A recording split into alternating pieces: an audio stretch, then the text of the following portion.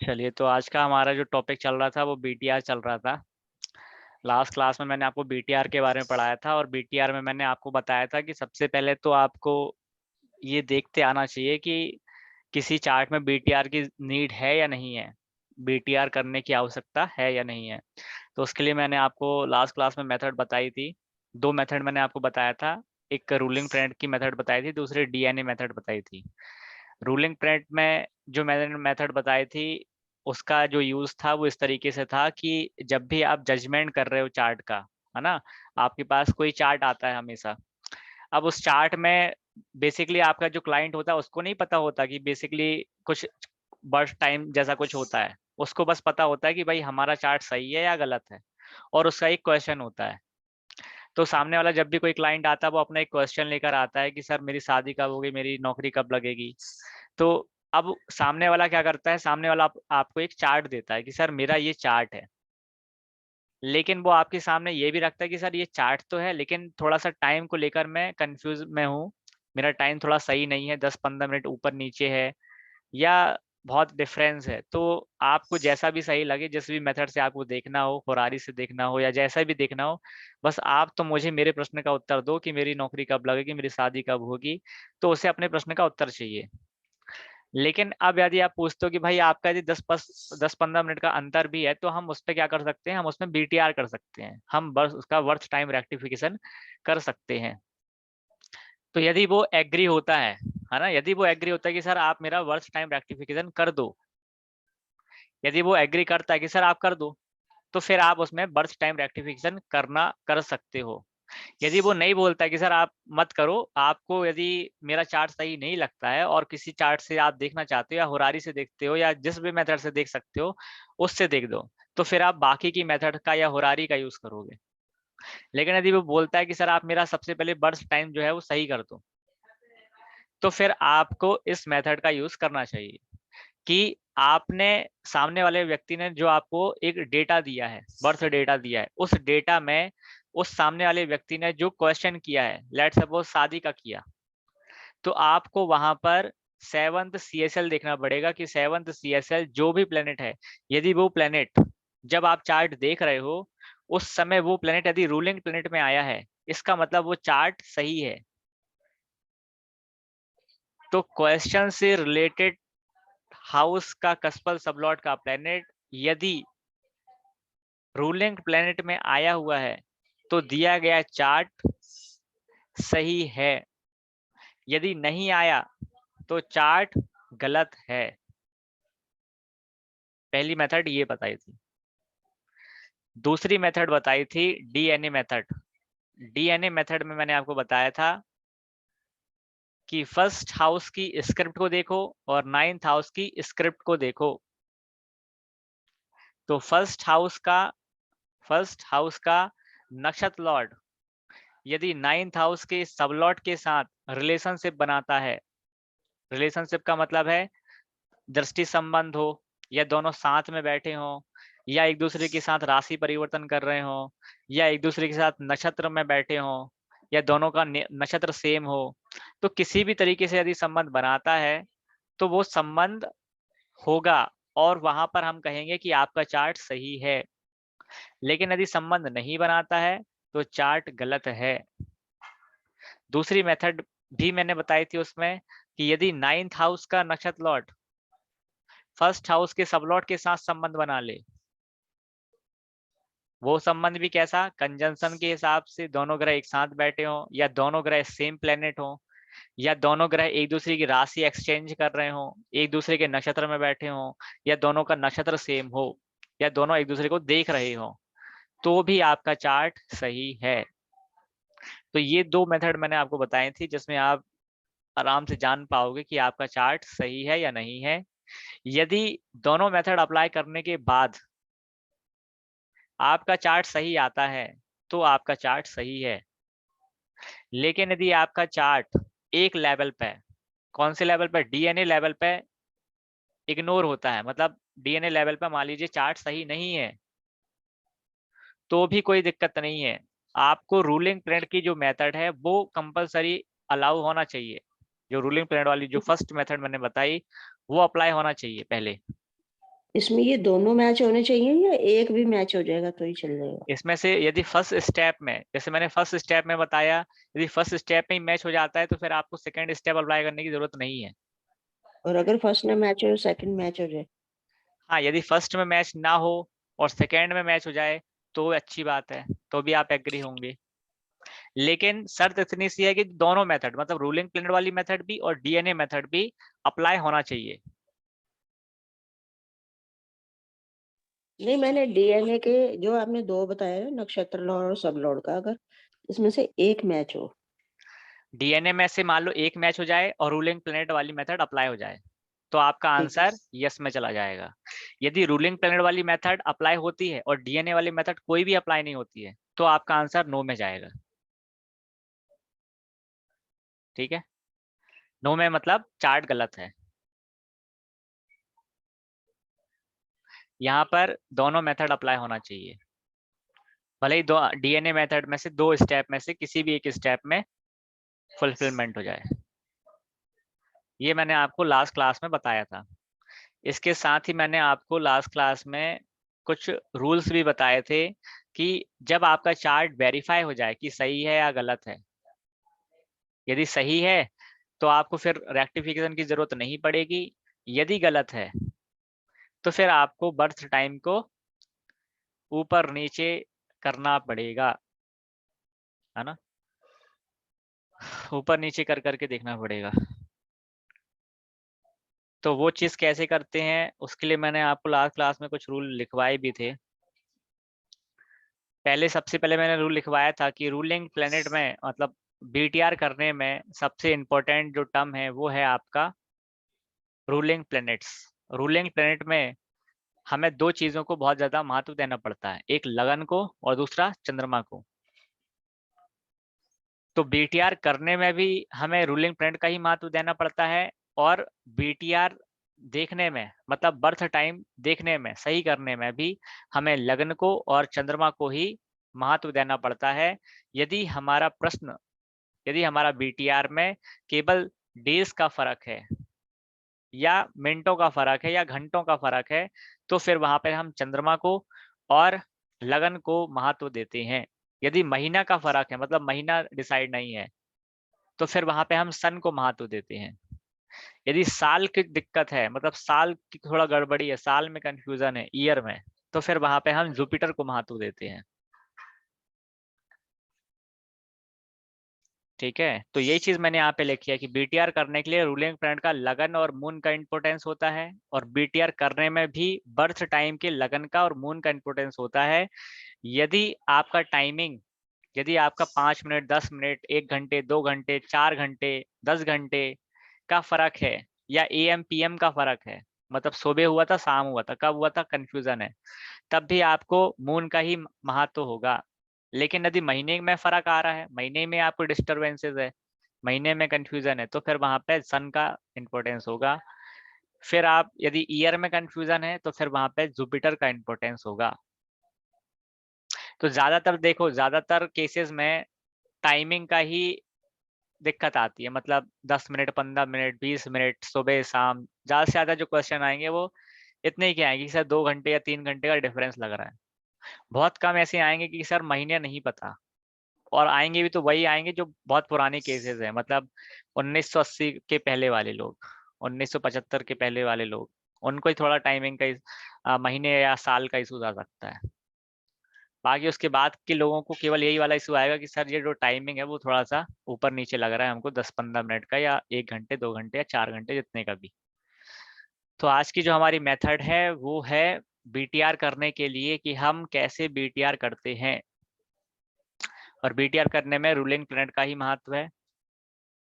तो मैंने कल आपको रूलिंग प्लेनेट के लिए एक मेथड बताई थी कि यदि आपको अपने बर्थ टाइम का, अपने बर्थ टाइम का लगन डिसाइड करना हो, क्योंकि आपको पता है कि कुंडली में सबसे इम्पोर्टेंस लगन का होता है। यदि आपने लगन डिसाइड कर लिया तो आपका चार्ट बन गया, और चूंकि लगन हमारी केपी से पढ़ रहे हैं तो हमारा लगन लगन के अंदर साइन लॉर्ड होता है, स्टार लॉर्ड होता है, सब लॉर्ड होता है और सब लॉर्ड होता है। तो हमें हर एक लेवल पे देखना पड़ता है ना। तो हमें यदि अपने बर्थ टाइम का लगन डिसाइड करना है तो रूलिंग प्लेनेट का मून की सहायता लेनी पड़ेगी। मतलब रूलिंग प्लेनेट का मून बर्थ टाइम के लगन के बारे में बताता है और रूलिंग प्लेनेट का लगन बर्थ टाइम के मून के बारे में बताता है। ये दोनों एक दूसरे के बारे में बताते हैं कि रूलिंग प्लेनेट की स्क्रिप्ट का जो मून की स्क्रिप्ट है वो आपके बर्थ टाइम के लगन के बारे में बताती है और रूलिंग प्लेनेट की जो लगन की स्क्रिप्ट है वो आपके चंद्रमा के बारे में बताती है। ये सबसे बड़ा एक रूल है, इस चीज को आपको ध्यान में रखना है।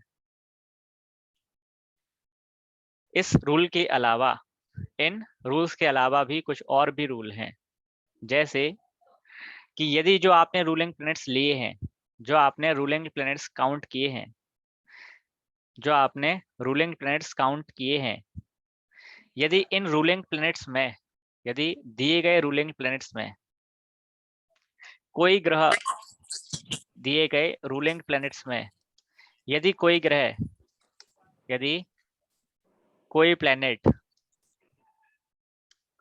रेट्रो होता है, यदि कोई प्लैनेट रेट्रो है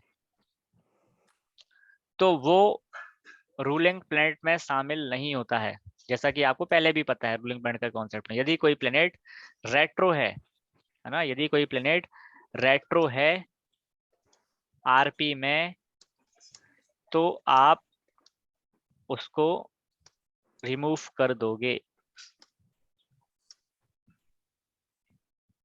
है ना।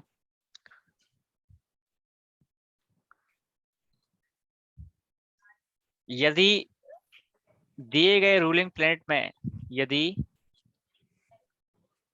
यदि दिए गए आरपी में जो प्लैनेट हैं, जो प्लैनेट हैं उनका संबंध, उनका संबंध या रिलेशन राहु केतु के साथ हो रहा है, राहु एंड केतु के साथ हो रहा होगा तो राहु केतु को इनडायरेक्ट रूप से हम इंक्लूड करते हैं। ये सब आरपीएस के रूल मैंने आपको पहले भी बताए, इनडायरेक्ट रूप से, इनडायरेक्ट रूप में इंक्लूड करते हैं। अब बीटीआर करने में ना पुनर्फु योग का बहुत बड़ा इंपॉर्टेंस है। पुनर्फु योग का वो ये है कि यदि जब आप बीटीआर कर रहे हैं और उस चार्ट में जो जिस समय आपने चार्ट बनाया होगा आरपीज वगैरह का, यदि बीटीआर करते टाइम उस टाइम के चार्ट पर, उस टाइम के चार्ट में पुनर्फु योग,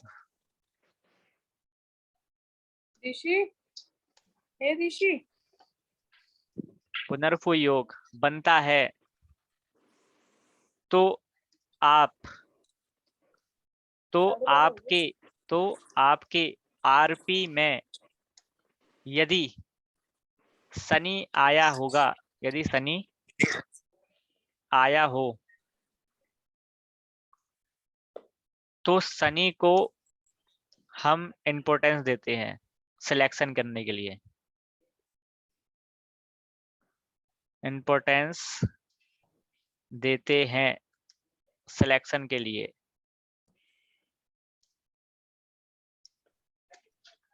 प्रायोरिटी पर, फर्स्ट लेवल पर में, ठीक है। तो ये कुछ रूल्स हैं जो आपको बेसिकली पता होना चाहिए।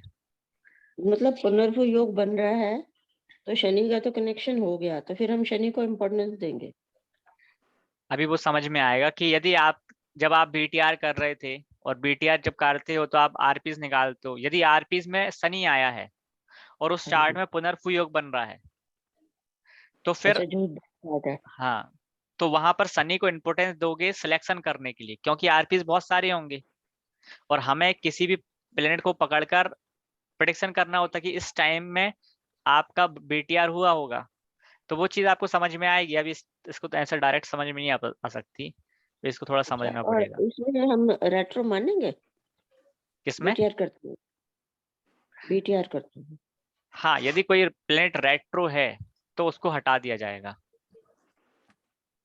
अच्छा, ठीक है। चलो सर, ठीक है। अगर जैसे शनि इस समय रेट्रो हो गया है और अभी हम आरपीस लेते हैं और शनि भी आ जाता है और पुनर्फु योग भी हो जाता है, तब हम क्या करेंगे? शनि को हटाएंगे कि इम्पोर्टेंस देंगे?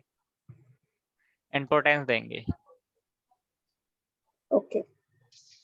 देखिए इसको थोड़ा एग्जाम्पल से समझिए।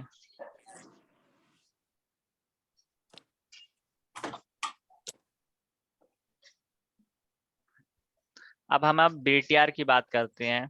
ठीक है, तो बीटीआर करने में रूल्स जो होते हैं वो बेसिकली डिफाइन होते हैं। बस इसमें आपको ऊपर नीचे कर करके देखना पड़ता है। किसको?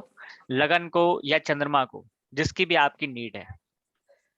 तो यहाँ पर जो बेसिकली जो सबसे ज्यादा आपके पास क्वेश्चन आएंगे ना, वो आएंगे कि सर मेरा 2 घंटे का थोड़ा डिफरेंस है, 1 घंटे का डिफरेंस है, 10 मिनट का डिफरेंस है, 15 मिनट का डिफरेंस है, 5 मिनट का डिफरेंस है।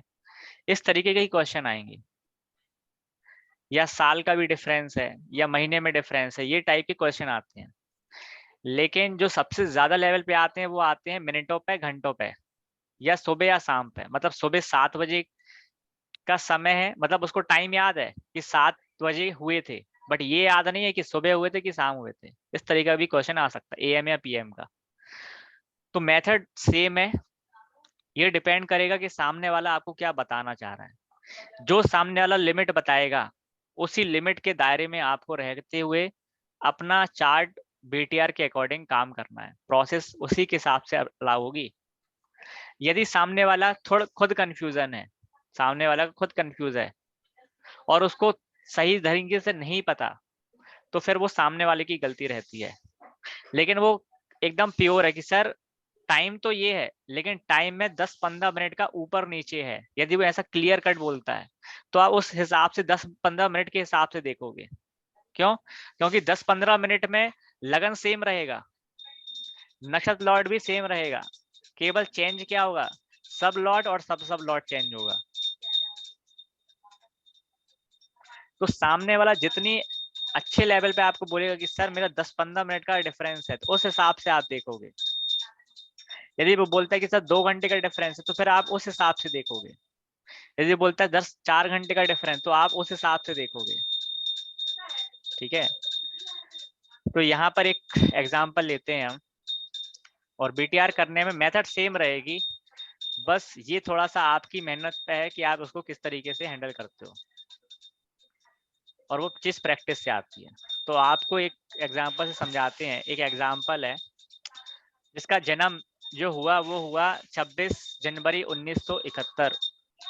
टाइमिंग था 17 और 18, मतलब शाम के 5 बजे और 6 बजे। उसको कंफर्म नहीं है।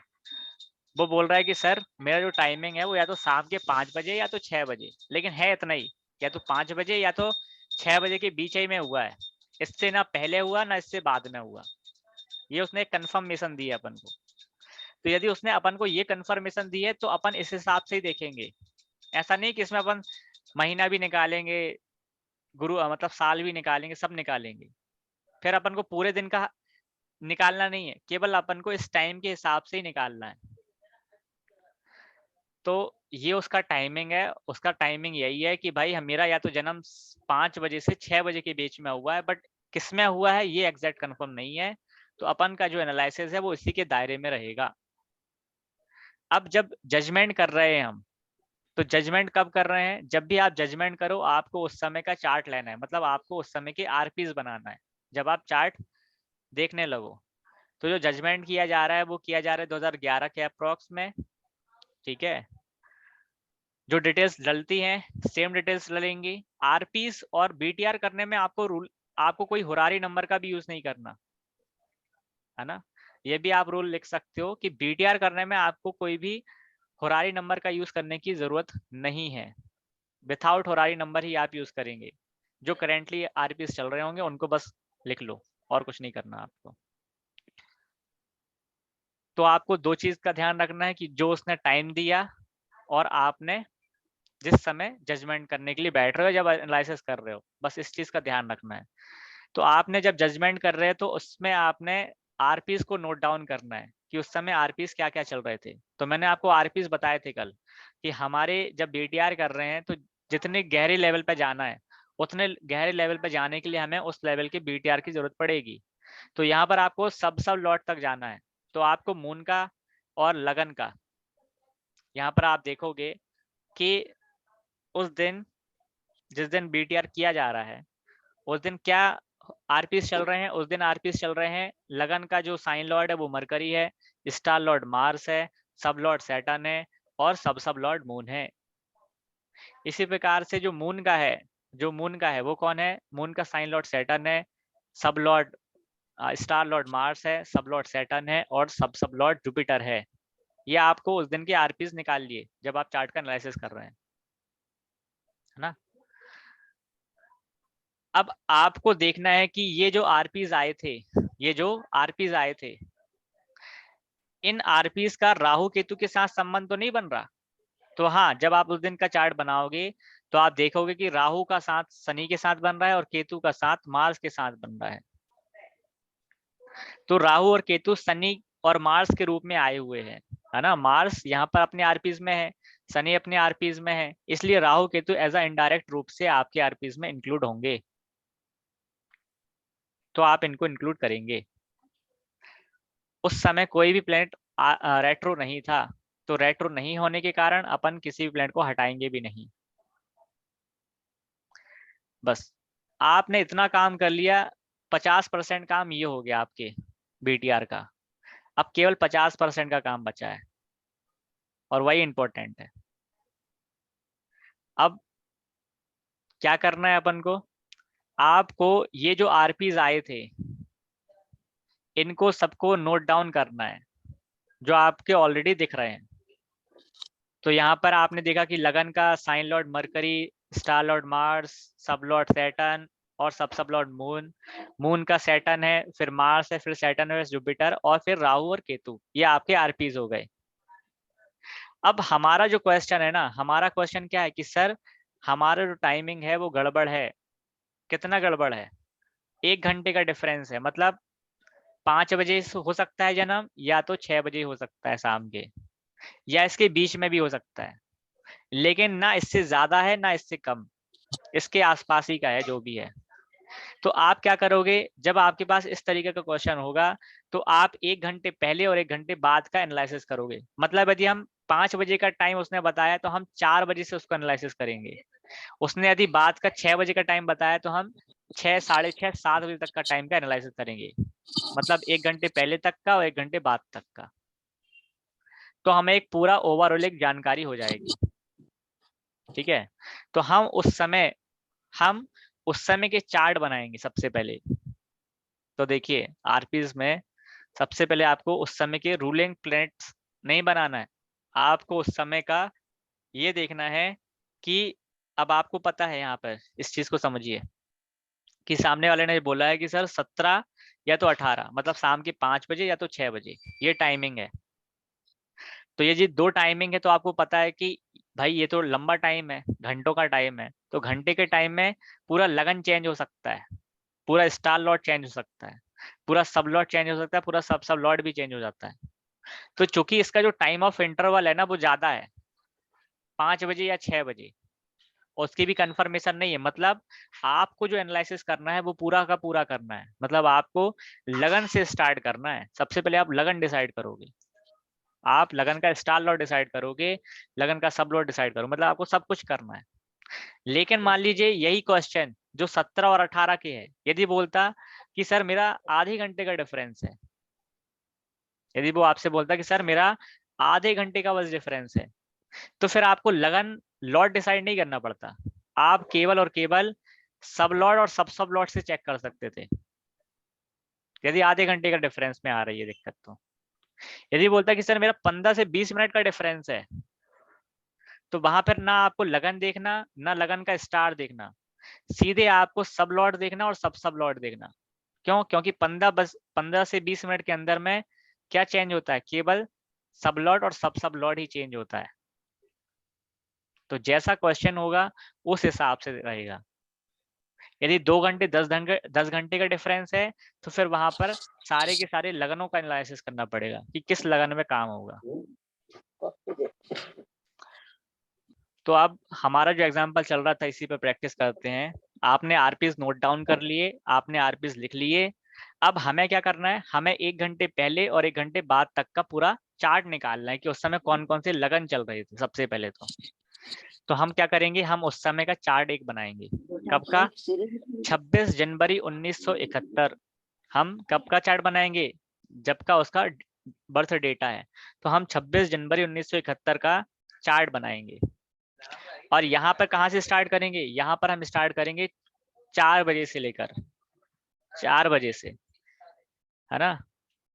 क्योंकि उसने टाइम दिया है 5 बजे का, तो हम 4 बजे से स्टार्ट करेंगे।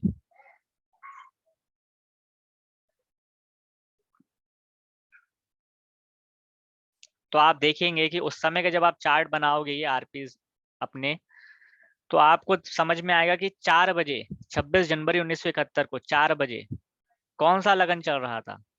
ये लगन चल रहा था मरकरी का। उस समय लगन चल रहा था मरकरी का। अब हमको सबसे पहले क्या डिसाइड करना है? मैंने आपको रूल क्या बताया? मैंने आपको बताया कि यदि आपको लगन डिसाइड करना है, लगन आपको यदि डिसाइड करना है, तो लगन कौन बताएगा? रूलिंग प्लेनेट का चंद्रमा। जो रूलिंग प्लेनेट चल रहे थे, मतलब जो आपने नोट डाउन किए थे, है ना?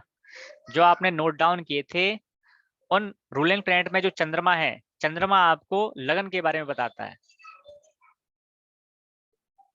और चंद्रमा आपको, रूलिंग प्लेनेट का चंद्रमा बर्थ टाइम के लगन के बारे में बताता है, और रूलिंग प्लेनेट का लगन आपको बर्थ टाइम के मून के बारे में बताता है। तो हमें यहाँ पे मून की जरूरत नहीं है, हमें जरूरत किसकी है? हमें जरूरत है लगन की। लगन देखना है ना, तो लगन कौन बताएगा? कौन बताएगा गायत्री जी? मून। लगन बताएगा मून। तो आरपीस के रूलिंग प्लेनेट के ये जो मून के जो लिखे हुए हैं, ये मून का क्या लिखा हुआ है? Sign lord Saturn, star lord Mars, sub lord Saturn और सब लॉर्ड जुपिटर। तो रूलिंग प्लेनेट के मून बर्थ टाइम के लगन के बारे में बताता है, और रूलिंग प्लेनेट का लगन बर्थ टाइम के मून के बारे में बताता है। तो हमें मून की जरूरत है नहीं, क्योंकि हमें डेट तो पता ही है। हमें केवल जरूरत है लगन की। लगन का शुद्धिकरण करना है हमको। तो लगन का शुद्धिकरण करना है तो हमें रूलिंग प्लेनेट के मून को बस देखना है, मून के आरपीस को बस देखना है। तो आप यहाँ पे देखोगे कि मून के आरपीस क्या क्या है? मून के आरपीस हैं सैटर्न, मार्स, सैटर्न, जुपिटर और राहु और केतु। क्यों? क्योंकि राहु का संबंध सैटर्न के साथ है, केतु का संबंध मार्स के साथ है। तो ये हमारे मून के आरपीस हो गए बस। अब हमें यहाँ पे लगन के आरपीस से कोई लेना देना नहीं है, केवल हमें मून के आरपीस से मतलब है। अब जब हमने 26 जनवरी 1971 का 4 बजे का चार्ट बनाया, अब हमने उसमें देखा कि उस समय क्या क्या लगन चल रहे थे, क्या क्या लगन चल रहे थे। तो यहाँ पर अब आपको लगन देखना है, ना कि चंद्रमा देखना है। ये उस दिन का है, तो आपको यहाँ पे मून की स्क्रिप्ट नहीं देखना है, केवल आप यहाँ पे लगन को देखें, मून को मत देखना। यहाँ पे केवल आपको इतना देखना है, इतना बस, इतना इतना इतना, ना कि मून। क्यों? क्योंकि हमें लगन डिसाइड करना है, मून डिसाइड नहीं करना। तो आप देखेंगे कि उस समय लगन क्या क्या चल रहा था? लगन चल रहा था मरकरी, राहु, सैटर्न, मार्स। तो अभी आपका जो काम है वो केवल मरकरी और मतलब साइन लॉर्ड और स्टार लॉर्ड को चेक करना है, और किसी को चेक नहीं करना। तो आप देखेंगे कि उस समय क्या क्या चल रहे थे। 4 बजे के अप्रोक्स में